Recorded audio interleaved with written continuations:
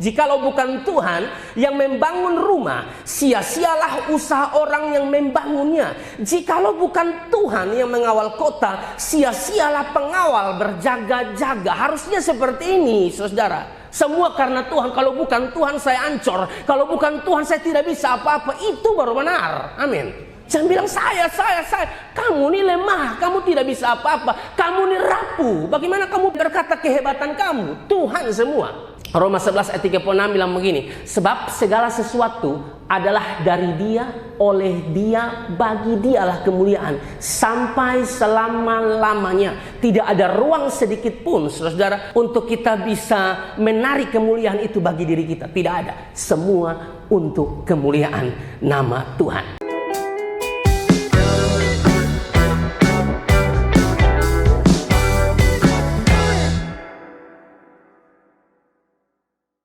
Ada kisah di Alkitab, Raja Nebukadnezar yang sombong memuji dirinya atas keberhasilannya dalam membangun kerajaan Babel, ya, tanpa mengakui bahwa semua itu karena Tuhan. Daniel pasal 4 ayat 30 sampai 33. Daniel pasal 4 ayat 30 sampai 33, berkatalah raja, bukankah itu Babel yang besar itu, yang dengan kekuatan kuasaku dan untuk kemuliaan kebesaranku telah kubangun menjadi kota kerajaan? Saudara lihat, sangat sombong, saudara.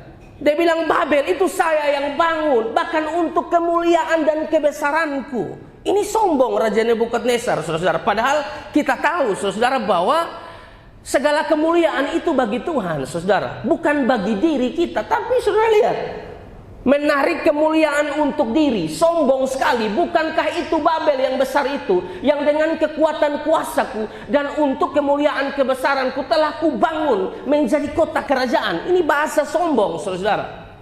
Ini kalau kita mau bawa dalam konteks kita, saudara, ya, kita mungkin lulus perwira, kita bilang kok betana.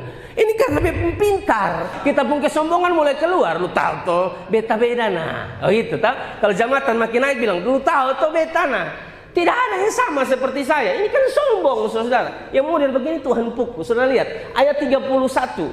Dibilang begini, saudara. Daniel 4 ayat 31, lanjut kakak. Raja belum habis bicara ketika suatu suara terdengar dari langit. Ini Tuhan tegur langsung. Ini Allah menentang orang congkak. Raja belum habis bicara ketika suatu suara terdengar dari langit. Kepadamu dinyatakan ya Raja Nebukadnezar bahwa kerajaan telah beralih daripadamu. Lalu ayat 32. Engkau akan dihalau dari antara manusia dan tempat tinggalmu akan ada di mana, saudara? Antara binatang-binatang di padang.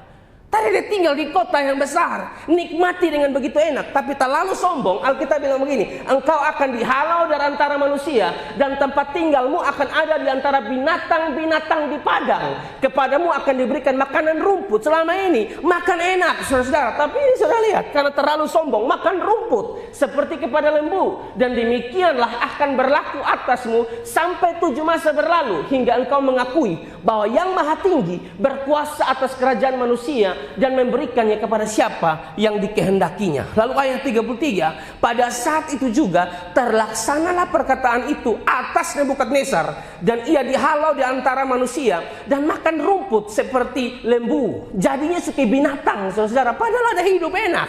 Ini kerajaan saya yang bangun, sombong, tapi Tuhan pukul satu kali, saudara, ya. Suka binatang, saudara, makan rumput seperti lembu, dan tubuhnya basah oleh embun dari langit, sampai rambutnya menjadi panjang seperti bulu burung Raja Wali, dan kukunya seperti kuku burung. Maksudnya tidak terurus lagi, padahal sebelumnya apa yang dia tidak punya, saudara, kira-kira begitu. Tapi terlalu sombong. Sekali Tuhan pukul, selesai, rata tanah.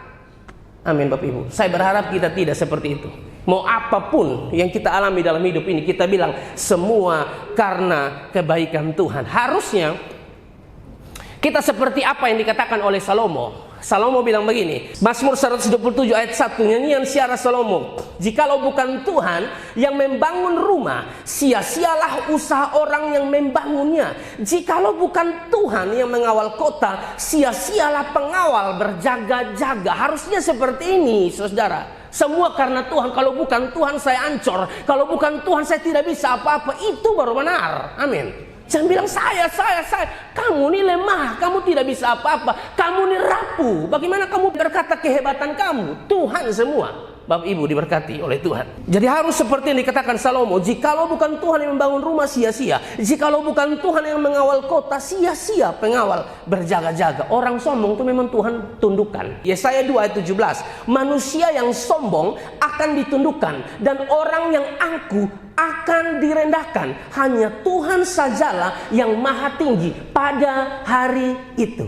Amin, saudara. Perhatikan, manusia yang sombong akan ditundukkan, dan orang yang angkuh akan direndahkan. Saya ngomong pakai data, Bapak Ibu.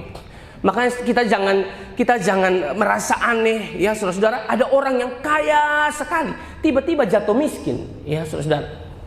Tapi jatuh miskinnya karena kesombongan. Karena ada orang juga yang bisa mengalami itu, saudara. Ya, penderitaan seperti itu Tuhan izinkan, saudara. Ya, berbeda dengan ini yang bentuk penghukuman karena sombong.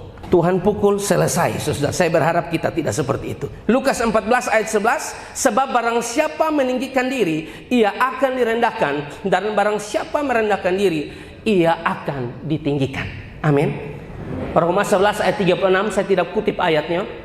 Roma 11 ayat 36 bilang begini. Sebab segala sesuatu adalah dari Dia, oleh Dia, bagi Dialah kemuliaan sampai selama-lamanya. Tidak ada ruang sedikit pun, saudara, untuk kita bisa menarik kemuliaan itu bagi diri kita. Tidak ada. Semua untuk kemuliaan nama Tuhan.